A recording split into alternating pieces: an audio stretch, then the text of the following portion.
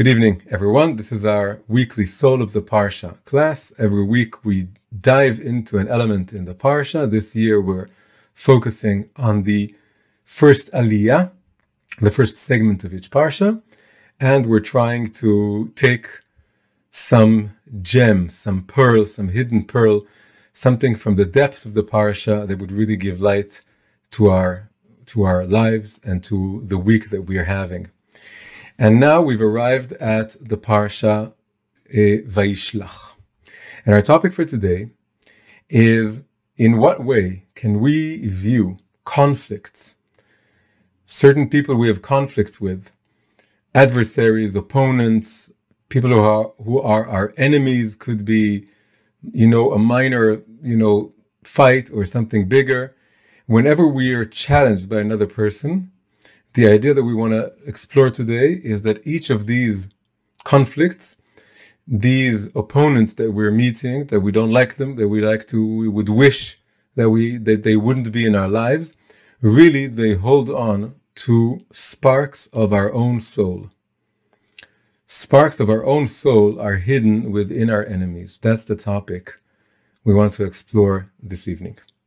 It's also the week in which we celebrate the day of Yutet Kislev, which is called the Rosh Hashanah, the new year of Chassidut, the beginning of the Hasidic year, so to speak. And in fact, for the Alter Rebbe, because this day commemorates the first Rebbe of Chabad, the day that he was released from prison, he was also in a state of conflict. He was put in prison because it was other Jews who told lies about him, and they made it so that he would be in prison.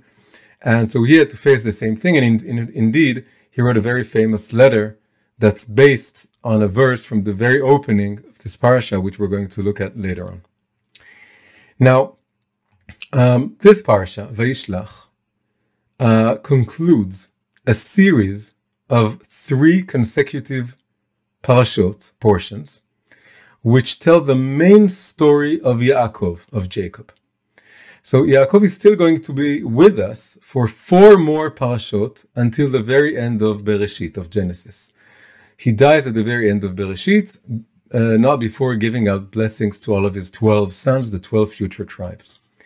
But these 3 parashot, which are Toldot, Vayetze, and Vayishlach, they make up the main chronicle, the main story of his life. We can say that from now on, in the remaining 4 parashot, he assumes the role of a supporting actor in the story of Yosef, of Joseph. Joseph becomes the protagonist, and his father Yaakov becomes a supporting actor. Maybe he can win the Oscar for supporting actor, but only for these parashot can he win the Oscar for lead actor.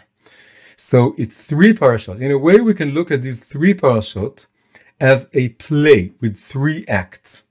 So this is the concluding act, and you'll see in a minute that it's an amazing metaphor to look at this the main story of his life as made up of these 3 parashot, which tell the 3 acts of his life. Now, there's a well-known saying by a well-known playwright, and he said that as a rule, if you see a gun in the first act of a play, it must fire by the end of the 3rd act of the play, because nothing happens by chance in a play. And a play is very much a concentrated imitation of life. And as people of faith, we do believe that life is with meaning, with rhyme and reason and structure, and things make sense, and things, circles are closed and ends are met, and things that didn't make sense in the beginning, we believe and hope and aspire to having them make sense at some point later on. And in a play, you can see this in a very concise way. And the famous image is that if there's a gun in the first act, it has to fire by the end of the 3rd act. And playwrights and writers have used this technique in many, many ways. And of course, the idea is to create a sense of symmetry and of closure. Now, this idea applies in a beautiful way when you just look at these 3 parashot, right? Toldot, Vayetze, and Vayishlach. as a 3-act play. And what you see when you look at it is you see there's a very, very clear symmetrical structure. And it goes like this. In Parsha Toldot, first act takes place in Eretz Israel, land of Israel. And Yaakov is facing a main antagonist. His main antagonist is Esav. And he cheats Esav out of the blessings, but Esav is still, he discovers it and he chases him, and then he's sent by his mother and his father away to Haran. So the first act ends with Yaakov running away from Eretz Israel. Second act takes place entirely in Chutz La'aretz, outside of Eretz Israel. And he has a new antagonist, a new opponent. The new opponent is Lavan, his uncle, which becomes his father-in-law. So, and then he confronts him, and it's a long, complicated parsha. It's the parsha we just came out of. And then it ends with him going back to Eretz Israel, heading back to Eretz Israel. Third act is a mirror image of the first act, right? Vayishlach is a mirror image of Toldot. Again, it goes back to Eretz Israel, and again the antagonist becomes Esav. But this time he wins. He doesn't end it running away from Esav. He ends up making peace with Esav and continuing on with his life. And then the mantle can pass on to Yosef, who's the protagonist of, as we said, the next few parashat.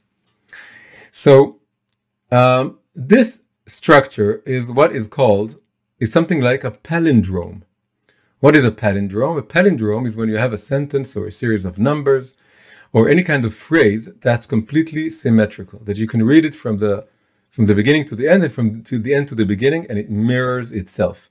The most famous, the most famous short English palindrome is the short phrase, "Madam, I'm Adam," right? Which may have been the first thing Adam told Eve. "Madam, I'm Adam" is a complete palindrome. If you read it from the end to the beginning, it's exactly the same letters. "Madam, I'm Adam." So, and there are many, many other palindromes, and there are Latin ones, and there are very complicated ones sometimes. And people like palindromes because they echo something that they feel to be very true about life in some way. So we have the 3-act play of Yaakov's life, and we see it's a kind of palindrome in the sense that it's, again, outside of Eretz Israel in Eretz Israel facing Esav, outside of Eretz Israel facing Lavan, and then going back to Eretz Israel facing Esav again, a mirror image. And the palindromic structure is even more, it's the strongest in the middle parsha, right? It's not our parsha, but we're just going to look at it to see that, because this is the heart of the palindrome. So it in itself is the most palindromatic, right? It's completely symmetrical. It starts with Yaakov leaving Eretz Israel. He has a dream. The dream involves angels. He makes a vow to return to Eretz Israel and to serve God. And God tells him that he's going to look after him. Then he goes deeper into Haran, and Lavan cheats him into working for 7 years and then not getting the wife he was supposed to get, and he cheats him into marrying Leah. Then we have the story of marrying the 2 women, the 2 sisters, and having all these children, and also marrying their 2 maidservants and all this. And then Yaakov now has to cheat himself out of Lavan's grip. Lavan is doing everything in his power to make sure that he stays there, and he's manipulating him. This time he is the winner. And again, Lavan tries to cheat him, but he wins, and he is able to run away from Lavan. And then as he's running away, he has another dream in which God appears again and says to him, "I remember the vow you made in the beginning of the parsha, and I'm going to look after you." And he meets some more angels, and the parsha ends as he's heading towards Eretz Israel. So it's a perfectly palindromic picture in which it starts with the dream and the angels and the vow, and then there's a conflict with Lavan, and then there's the story with the wives, and then there's another conflict with Lavan. This time Lavan isn't able to cheat him, And then again, there's a dream and the mentioning of the vow and angels, and he's coming out of Eretz Yisrael. So it's just amazing, just beautiful. We have the 3-act structure; they're completely symmetrical, and in the middle one, in which Esav, we don't hear about him, we forget about him. It's all Lavan, but it's 2 conflicts with Lavan. So it's really Esav, Lavan, Lavan, Esav. That's the story of Yaakov's conflicts as he is going through these 3 acts, as he's going forward with his life. And in fact, we know later on in this parsha, when Yaakov fights the angel, the mysterious nighttime fight of Yaakov with the angel, whom the sages tell us was really the angel, he was really Esav's soul root, or Esav's guardian angel or root angel. The angel gives him the name Israel. Why? Because you have strifed, or you have fought with gods and men. And then Rashi asks, who are these men?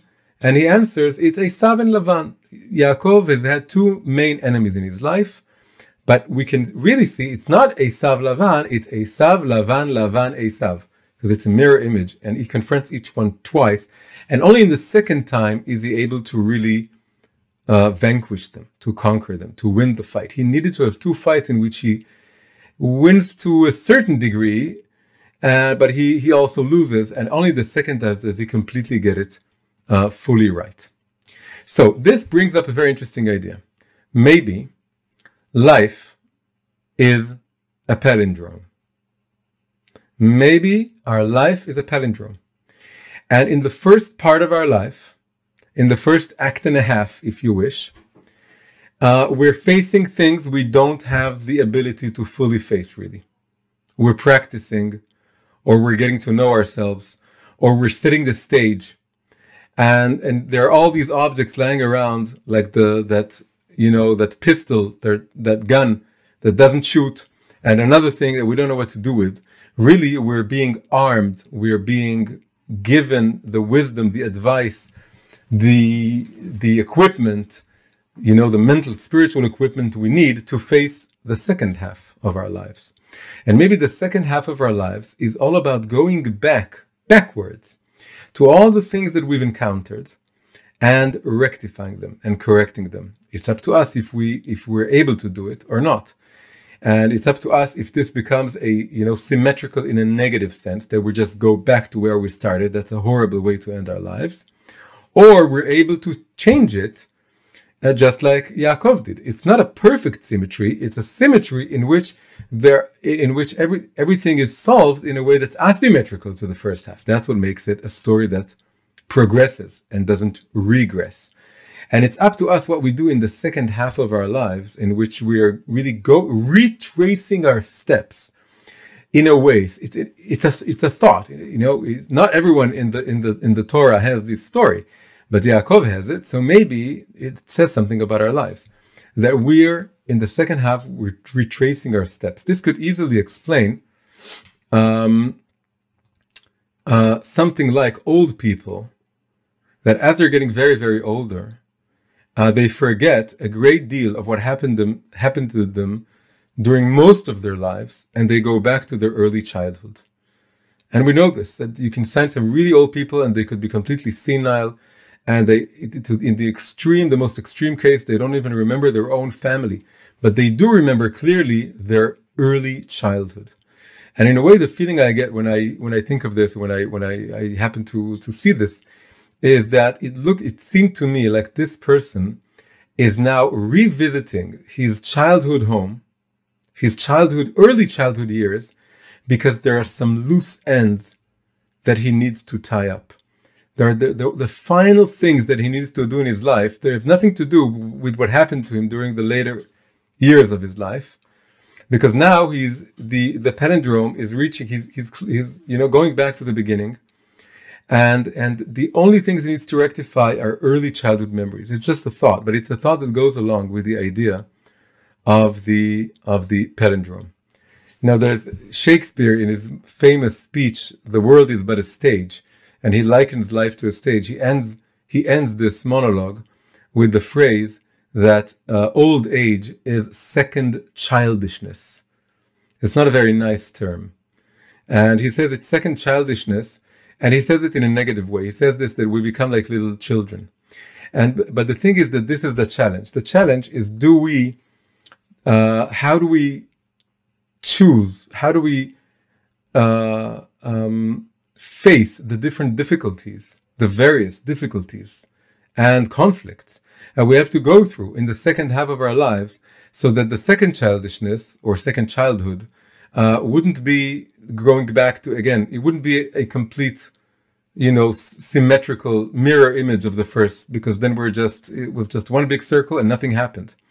We need to make this circle into a spiral. We need to make this circle into something that we're rectifying, that we're elevating, that we're bigger, not smaller, as we reach the end of our lives.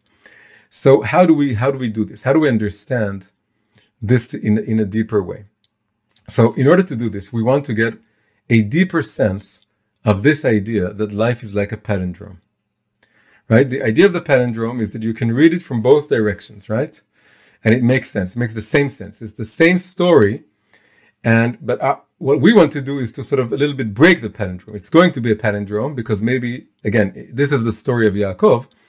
But in the second half, he does this rectification. But if you just looking at a palindrome, you can read it in both directions. So let's get a deeper understanding of what this could symbolize in our lives. What could this mean? That we could look at our life, we can read the story of our lives from beginning to end, but we can also somehow read the story of our lives from end to beginning. What could this mean? So there's a famous phrase used in non-Jewish cultures. Many cultures use this. They call old age the autumn of our lives. They refer to being young as springtime, back in the spring of my youth, in the springtime of my youth, and now I'm in the autumn of my days. And there are all these classical books that start out with the narrator being old, and it says, now I'm in the autumn of my days, and I'm going to recollect what happened to me when I was younger. In Hebrew, there is a completely opposite phrase. When in a classical Hebrew book or text, when you encounter the term in the winter of my days, it means when I was young, not when I was old. It means when I was young. Youth is likened to winter, and therefore old age is likened to spring.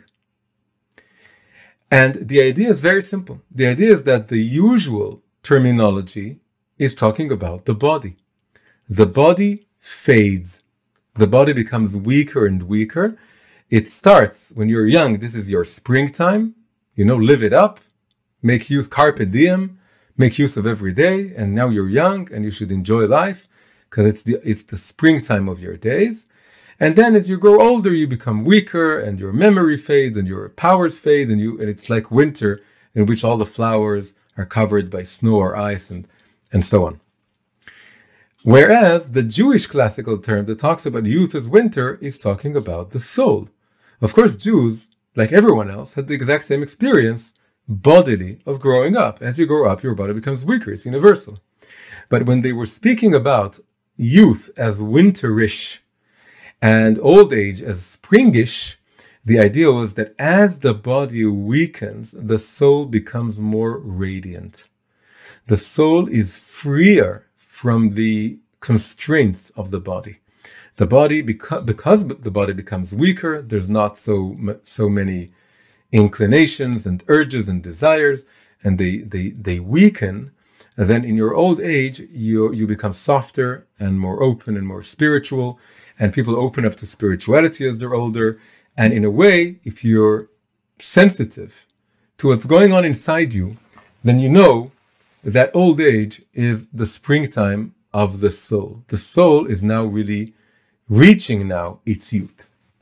So let's look at this for a minute. We can see this as just talking about the soul and the body having opposite experiences. The body becomes weaker and the soul becomes stronger or younger. But if we take this idea of youth and old age regarding the soul, we can also come up with a new explanation. And the new explanation is that the soul is moving backwards in time.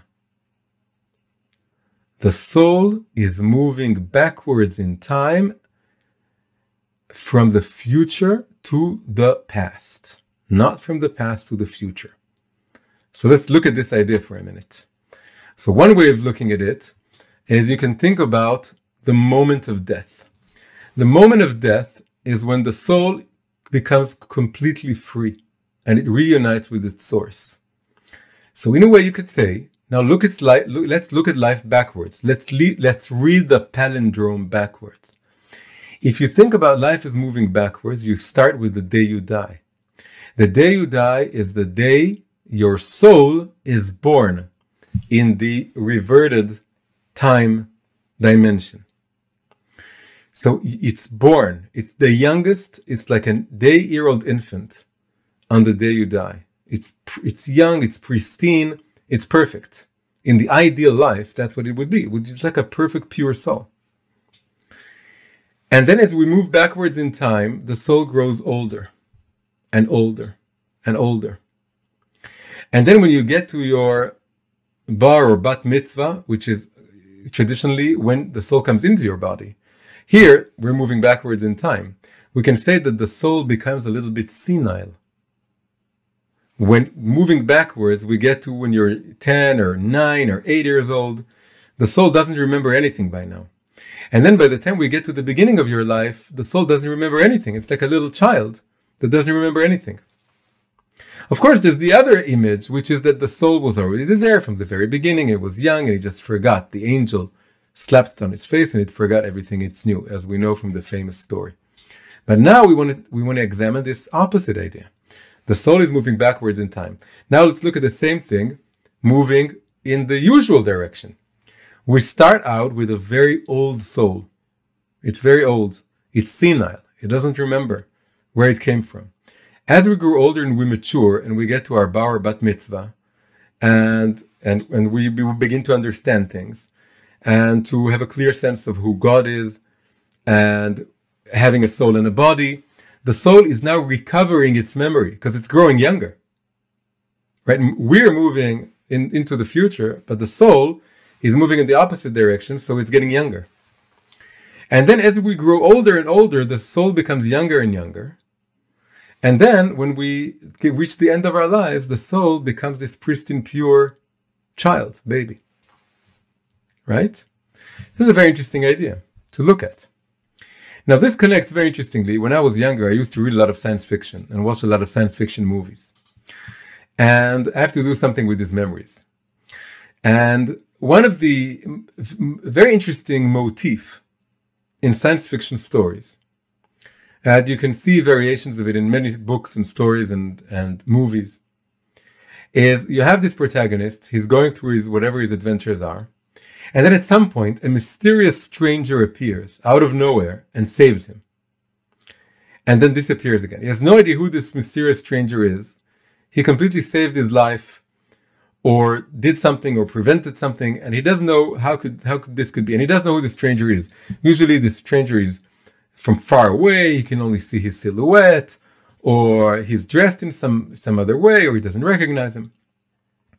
And then the story goes on, and as the story goes on, the same protagonist acquires some sort of means of time travel. And then he starts traveling back into the past. And then he meets his former self and sees the former self in danger, and saves his life. And it turns out that the mysterious stranger that the protagonist met in the first half of the story was his future self, coming from the future to save him. So taking this idea connecting it with our Parsha, we could say, and with this idea, it's not yet the Parsha, we'll connect this all to the Parsha in a minute. We could say that the soul moving backwards in time is our future self moving backwards in time in our direction. Our conscious present self is moving from the past to the present to the future, and it doesn't know the future. And then we're getting all these mysterious help and advice and inspiration from our future self as it is moving in our direction from the future to the past. We suddenly meet someone strange, and there's a moment of inspiration. Whenever we have a moment of inspiration, or someone just appears into our lives, many people feel that they have something like a Gilui Eliyahu, that the prophet Elijah suddenly came into their lives for one instant as a mysterious stranger and then left. And the prophet Elijah is something within each and every one of us. Maybe it's, again, the idea that it's your future self sending messages back to you, because your soul is born in the future, and it's moving in your direction. And as we're growing through life, we're really taking in more and more of our future self as it's traveling in our direction, right? So this is a very interesting idea to, ponder and, walk through life with. But now I'm going to make this idea even more interesting, because there was another science fiction movie which did a variation on this. The variation was that the protagonist is going about his business. And then he confronts a mysterious stranger, but it's not a helper. The mysterious stranger doesn't help him or save his life in any way. The very opposite. The mysterious stranger fights him. He has no idea where he's coming from, jumping out of nowhere. He's dressed all in black. You can't see his face. He has a mask. And this mysterious stranger is coming out of nowhere and fighting him. And he has no idea why. And he does his best. And well, in that particular movie, he ended up running away. And he didn't know what happened. Why did it happen? And we don't know either. But then as the movie progresses, we realize that the protagonist acquires a means to travel back in time. And he does travel back in time. And then as he's going backwards in time, and he's actually traveling backwards in time, he confronts his former self, who's standing in the way of the mission that he has to accomplish, which is a very good mission. It turns out he's not an antagonist at all. It's him. It's his future self fighting his former self. And not because he hates him or because he's against him, but because the past self is not aware of the fact that the future self going backwards needs to do something very important somewhere there in the past. And he tries to stop him, and then the future self has to fight him. But it's really, the future self is wiser, of course, than the present self. So then we realize that who we thought was an antagonist is the protagonist in the future, in the later act in the movie. The movie itself is like a palindrome. And it was all something very positive. So this gives us a new idea into our head. And this is the main thing I was aiming at from the very beginning. Maybe, as our soul is moving backwards in time, from the future to the present, coming in our direction, it doesn't assume a happy, smooth, sleek, nice, path. It's not nice as if you meet your future self and you say, wow, this is another wonderful insight. As I'm growing older, I now discover, thank you, future self, for teaching me another wonderful thing through all these positive experiences. You're coming and teaching, giving me all those gifts. It doesn't work that way, because we don't have the vessels to contain our future self. So we don't see him as an angel or as a friend or as, a benefactor or a savior. We perceive our future self as an opponent, as an enemy, as an adversary. And this is the form that our future self assumes. So the idea is that all of the opponents, all of our enemies, all of the people we have quarrels with, the people who give us a hard time, the neighbor, the spouse, the child, the parent, the estranged friend, whatever it is, who gives us a hard time, is a projection of our future self, which we meet in order to face him, not run away from it, face him, confront him, do what we need to do, learn something from him, or teach him something, or confront him. The thing is not to run away. That's the main thing, not to run away. And as you confront it and you learn the lesson that you need to do, you then realize retroactively, oh my God, this opponent was holding on to sparks of my future self. He was my future self in disguise. He was the next step in my evolution, dressed up in a way that seemed to me to be antagonistic to what I want, because I don't really know what's good for me yet. But through this conflict, I learned something new, and I was able to connect with a higher level of my own soul, which was really wrapped up, hidden within this opponent. So the opponent could be an actual real person, or it could be just my image of a certain person, or it could be whatever hardship that I'm facing. Even if it's an actual real person, it doesn't change the fact that in my story, in my life story, for me, he is a projection of my future self, and he's holding on to sparks that are part of my soul, of my future soul. And in fact, the Baal Shem Tov, founder of Chassidut, has actually said this. He said, all of the enemies that you meet in life hold on to sparks of your soul. And you need to pray for your enemies. You need to pray that your enemy does tshuva, or that you do tshuva in order to understand what's going on. That this whole thing resolves in the best possible way. And then when you do this spiritually, you get the sparks that you need, and then the enemy, whatever was left of the enemy, the conflict just fades away. It just goes away. Because the conflict is just an external, play acted out. That what's going on the inside is that it's you confronting future lights that belong to you, that belong to who you're meant to be, who you are destined to be, your more mature future self. So now going back to Yaakov. Yaakov has two adversaries who are Esav and Lavan. Esav is his evil twin elder brother. And Lavan is his uncle, who then becomes his stepfather. And we can say Lavan takes up the middle act. Lavan also, in Lavan you have the word lev. Lev means heart. Lavan is at the heart of the story. But Lavan isn't the most important adversary. The most important adversary is Esav from the first act and the final act. Because Esav is not just an uncle who becomes a stepfather. Esav is your evil elder twin brother.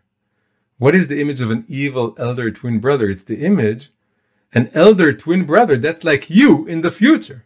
An elder twin brother, but it's an evil elder twin brother because he's a mask. He's your future self in disguise. So Esav becomes the main antagonist of Yaakov, but Esav is, now we realize, is Yaakov's future self moving backwards in time. And where do we see this? Now we're getting to our Parsha and the first segment. This Parsha, right, the third act, starts with Yaakov going back to Eretz Israel, and he knows he's going to confront Esav again. He's been, repressing his memory for many, many years, 20 years, 21 years. He's been repressing his memory, but now he can't repress it anymore because the Palindrome is now getting to its second half. It's already in its second half since the middle of the middle act.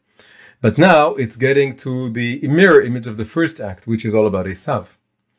So what does he do? He sends angels, emissaries.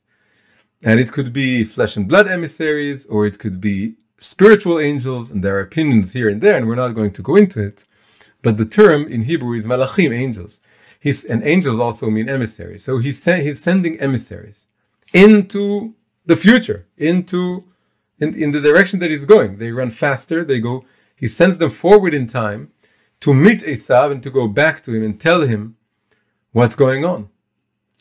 And he says, please tell him that I've spent all these years with Lavan.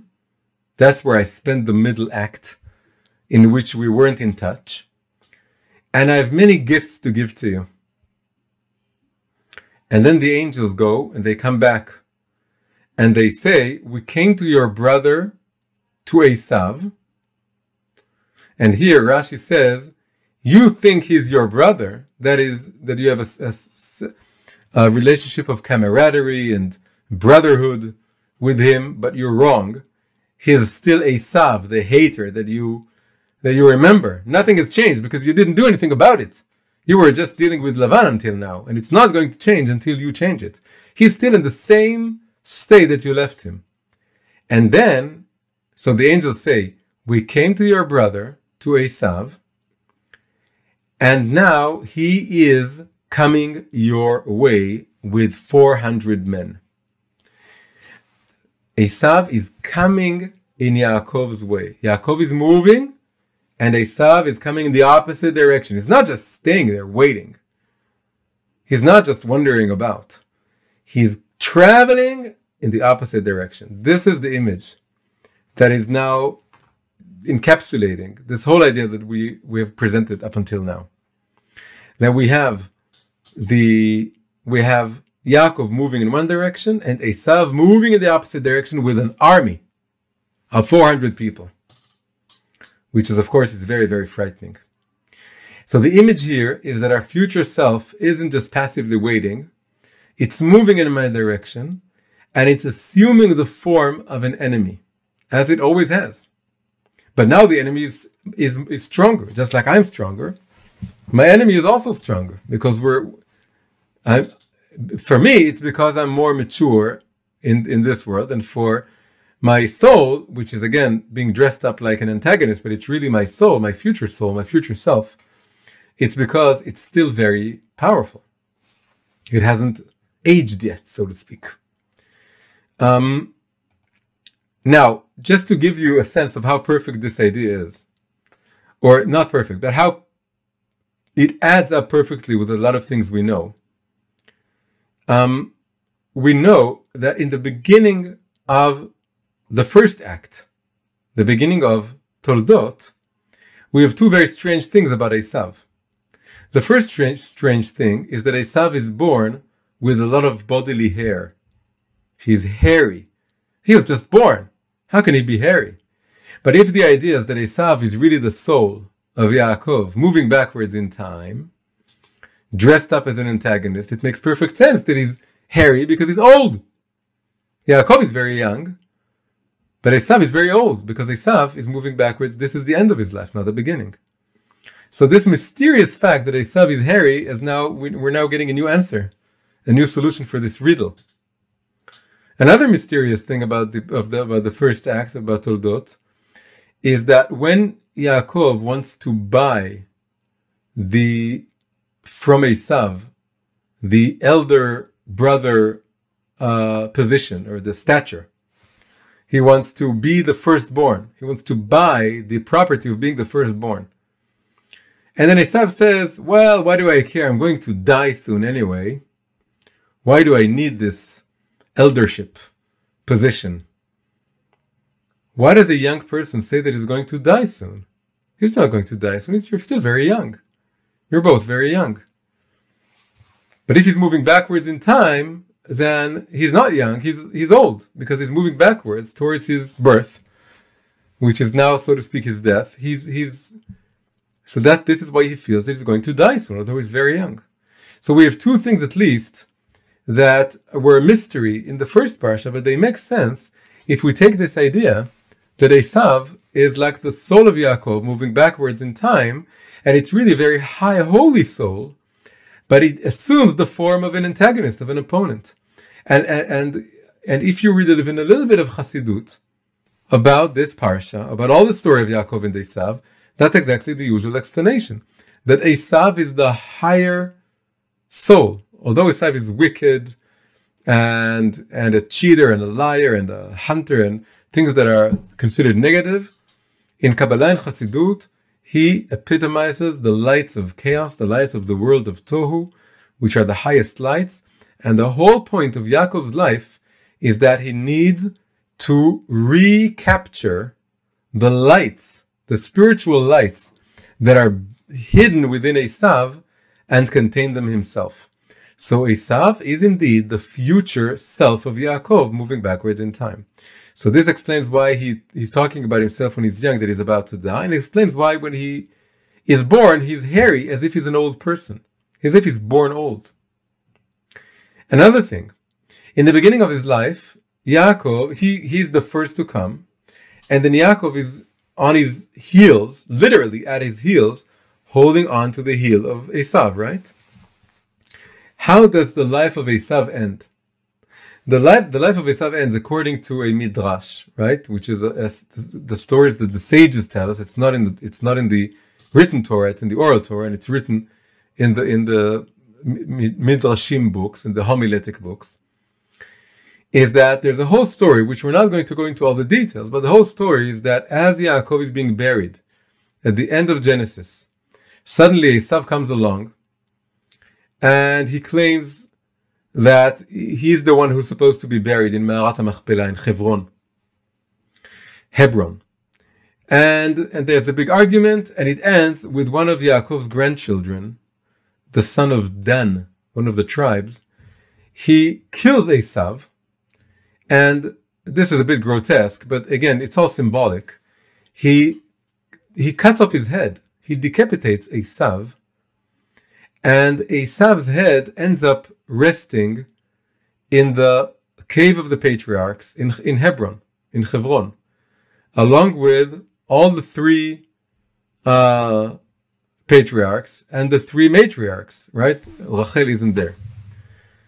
And the head of Esav is there. What is the head? What does this image of decapitation symbolize? It symbolizes separating the body from the soul. So at the very end of his life, you have Esav's head or soul resting peacefully, perfectly in the cave of the patriarchs. And we have to remember, Yitzchak loved him very much. And the body is outside. The body is buried somewhere outside. It's complete separation. And it is a perfect mirror image of the beginning. Because in the beginning, you have Yaakov holding on to the heels of Esav. Why? Because as we said at the beginning of your life, your soul is very old and you only have a tiny little feeling of it. A tiny little residue of your soul, which is going to get stronger as you mature. So he's only holding on to the heel of Esav in the beginning. But in the end, it's the head of Esav that's resting at the heels of Yaakov. Because now Yaakov has matured and has contained the soul in its pristine essence, which is just the head of Esav. So it's Esav's spirituality is at the very end of the story, resting in the cave of the patriarchs in Hebron, in Me'arat HaMachpelah. And in the beginning, you can just maybe hold on to his heel. You didn't have his head, his light, his spirituality. So this just goes to show you that it all fits together in a beautiful way.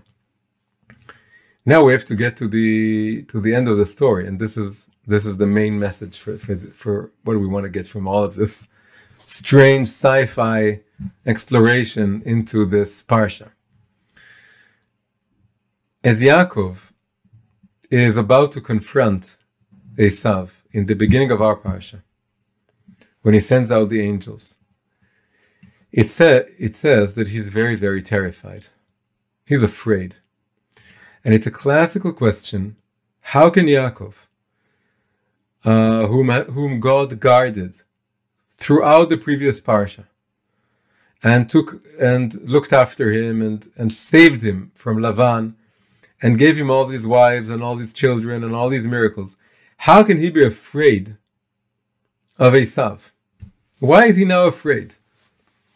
And that the beautiful verse that he says is, when I was younger, I passed this Jordan River, right? The border between Eretz Israel and outside, moving eastward, is the Jordan River. So it's in between the first and the second act, he crossed the Jordan River, the river going eastward. And now between the second and the third act, he's crossing the Jordan River going westward. So he says, when I crossed this river many years ago, 20-something years ago, I only had my walking stick. And I had no fear in my heart. Although I was running away from Esav, I knew that he's not going to chase me. I was carefree. And now I have these two camps that I have all these entourage. I have these wives and the children and the slaves and the sheep and the donkeys and the camels. And he's splitting them into two because he's trying to create a strategy about how to face Esav. So one camp is that if Esav kills one camp, the other camp remains alive. So what is he really saying? He's saying, when I was young, I was carefree. I just had my walking stick. I had no children, no wives, no family. Everything was so simple. And I was right. I was going into the future. And now everything's so complicated. I have 4 wives. I have 12 children. I have a lot of property. And I have to strategize. I have to divide it into 2. We can think about this as we're growing older and we have more property and money and family. And we're also dividing our camp into 2. How do we call this? We call this paying the insurance company. Or paying for a pension. We put some money aside, so if we lose this money, we have this money, we put some savings in the bank. It's also complicated. And Yaakov is saying, why can't I go back to being this young, carefree young man that I was as I was crossing this river in the opposite direction 20-something years ago? Life was so simple. And everything was so wonderful. I had no worries. And now I have to... And also I had no fear in my heart. And now I am afraid. And the Hasidic explanations say that this is a very, true thoughts that this older man is having. It says, I used to be such a believer even before. And now, although I'm much older and I've seen many miracles, I find it harder to believe in God that He will truly save me and guard me. And I'm really afraid for my life and for my family's life. And there's even a Hasidic explanation that's very radical, that is telling us that he, now because he's more mature spiritually, he knows that when God makes a promise, it could mean many things. And God can be very paradoxical at times. And God carries opposites. And the fact that He promised you that He's going to look after you doesn't necessarily mean He's really going to literally, physically look after you. Because everything with God is so complicated. And God is beyond paradoxes and beyond everything. And maybe He could, and maybe I am in danger of being killed.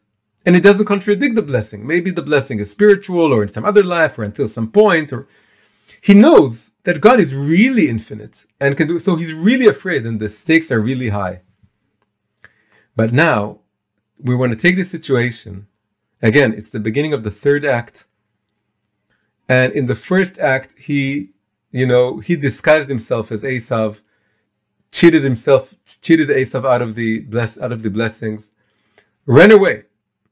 And then he confronted Lavan, and he did whatever he did. But now as he's going back to being Esav, now suddenly he's terrified. And the idea is very simple. The idea is that the first time he was running away from his future self. He was running away from his future self. In a way, we can say that the palindrome is a bit more complicated. It's a bit like, it's a mirror image. If you go this way, then your opposite future self can also go in the opposite way. He went to Haran and they forgot about him. Now, as he's going back into Eretz Israel, it's a mirror image. It's like a kaleidoscope. So when he's running away from Esav was forgetting about him. And then he had to confront Lavan, which was another aspect of his soul. But that he rectified already. And that's not the main essence of his soul. The main antagonist of his life is Esav, the twin brother. So now as he's going back to Eretz Israel, he's not running away from his future self anymore. He's going headlong into confronting his future self. And that's the reason he wasn't afraid then, and he is afraid now. It's not that he was carefree. And it's not that he was just, naive. It was very much simpler than that. He was just running away from his future self. And he went to confront the lesser antagonist. What's simpler to do, which is Lavan. And he faced Lavan and he managed to do it and he got away. He didn't have so much fear when he confronted Lavan. But now you can't put it off indefinitely. At some point you have to confront the true antagonist of your life, which is the true bearer of your future self potential, of your future lights, the future energy of your soul. And that's what he's doing. And this is frightening. This is now, he's not running away anymore. And this is truly frightening because he knows now that he can't postpone this or evade this in any way. He has to confront his future self, and he has to find whatever spark there is, and he has to fight the fight of Esav that he's been putting off for all of his life. And nothing in a way is promised. He could lose the fight, he could win the fight, because this is the fight of his life. This is it.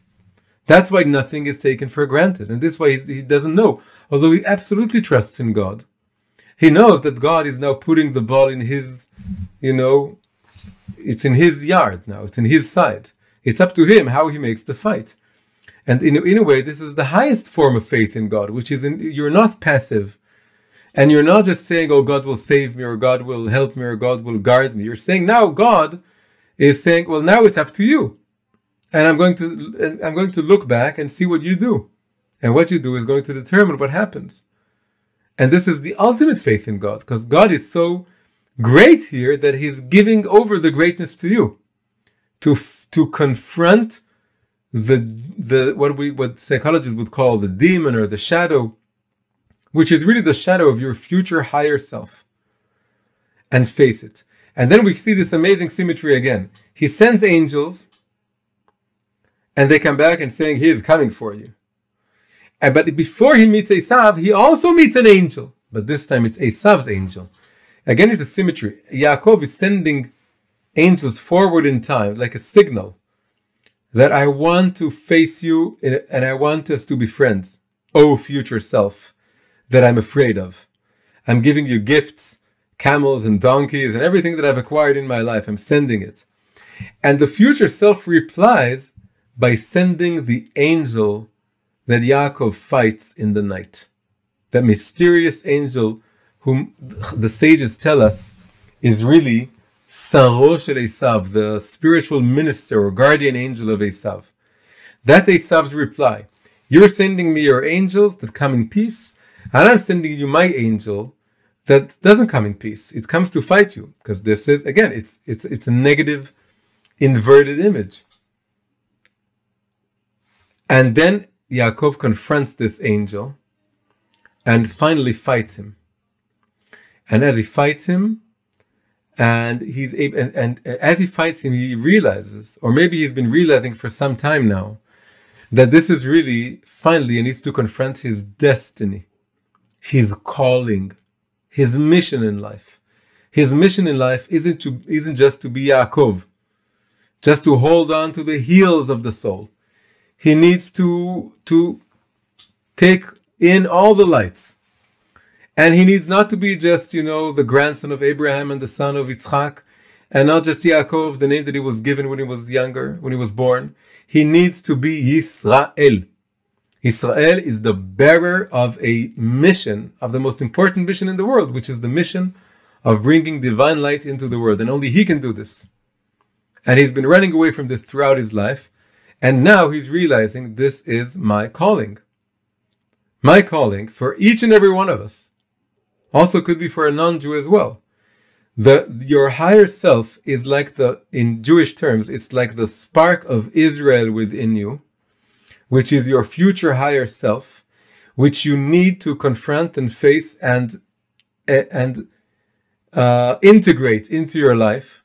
And it's deadly terrifying because it means you can't run away anymore and just, waste your life doing any other thing.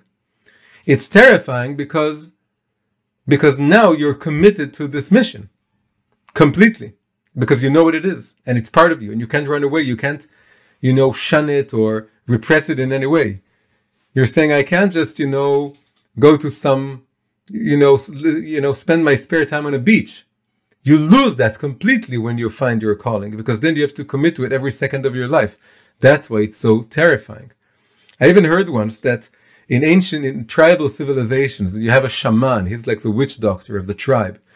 and he's taking care of everyone. He's healing all the wounds, and he's taking care of. He's the leader, the spiritual and energetic leader, whatever. He's taking full responsibility for all the tribe. And when he chooses his successor, the successor goes yelling and screaming and goes into a terrible tantrum that he doesn't want this until he acquiesces and accepts the yoke. And you had something like this in a much more subtle and spiritual way with the Rebbe of Chabad, the last Rebbe, the Lubavitcher Rebbe, that there was a whole year that Chabad didn't have a Rebbe. Why was this? Because they all wanted him to be the Rebbe, but he didn't want to be the Rebbe. It took a whole full year. It was a year to the death of the previous Rebbe that he accepted it upon himself to be the next Rebbe. And it was very obvious that it was a year of torment for him, because he knew that as he was going to take up this mantle of being the Rebbe, he's going to lose any tiny little vestige of privacy, of free time, of being idle, of just being an individual, that can have a private life and that can have a spare time, and that can, serve God in any kind of, usual way. It was never usual for him, but it was, not completely unusual, like it became the moment he agreed to become the Rebbe. And we all need to become the Rebbe of our lives. And becoming the Rebbe of our lives is receiving the name and destiny of Israel. And it's the most terrifying thing in the world. And this is why Yaakov is afraid. He wasn't afraid the first time when he was crossing the Jordan River, going outside of Eretz Israel, because outside of Eretz Israel is like going out away from his calling, away from his shlichut. And now he's going back, he realizes, well, now this is it. And this is why he's afraid. And now as he's confronting him, he realizes, I have to now integrate into myself all these higher lights, these, heroic, infinite, earth-shattering lights that when put in the wrong vessels or in coarse vessels, it becomes a sav. A sav is like a caricature or a grotesque appearance, a shadow, a warped image of the future self of Yaakov. But this is because Esav is taking all this energy in a negative way. But if you take this energy, this boldness and this bravery and this sort of carefree, but in a way that's, I'm going to sell my being the elder child, and I'm just going to take all the food, and I'm going to do whatever I want. And all this, if you take this in a spiritual way, it becomes amazing. It means going all the way with who you really are, but in a good way, not like Esav did. Because again, Esav is your higher soul, your future self in disguise. So as he faces this and he fights him, he wins. And then he says, give me a blessing. And this future self tells him, you are called Israel. How can the future self know? Because it's him. So how can this angel know? The angel is him. That's why he knows his name. And he tells him a secret from the future. You are called Israel, and you're going to be the father of this whole nation.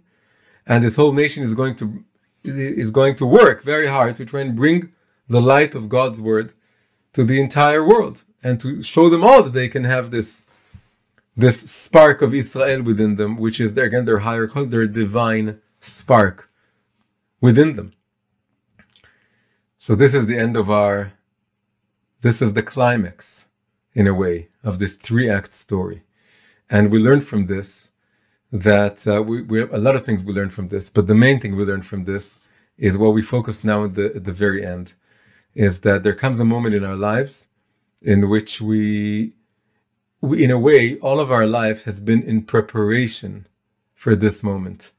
And you can put it off, you can run away from it for so many years. At some point you realize you can't run away anymore. And you can't run away anymore because your future self is going headlong in your direction.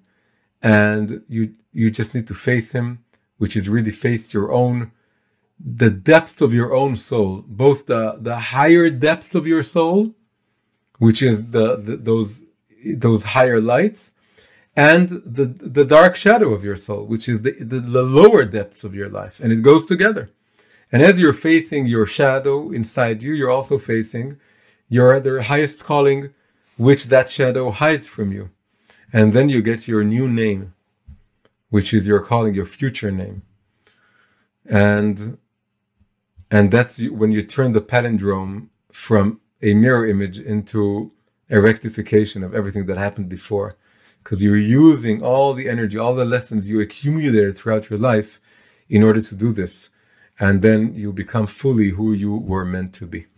Hi, if you enjoyed this video, please press like and subscribe to the channel. Also, please consider supporting me on Patreon. Patreon is a platform for supporting independent creators. You can find the link in the description below. Thank you very much.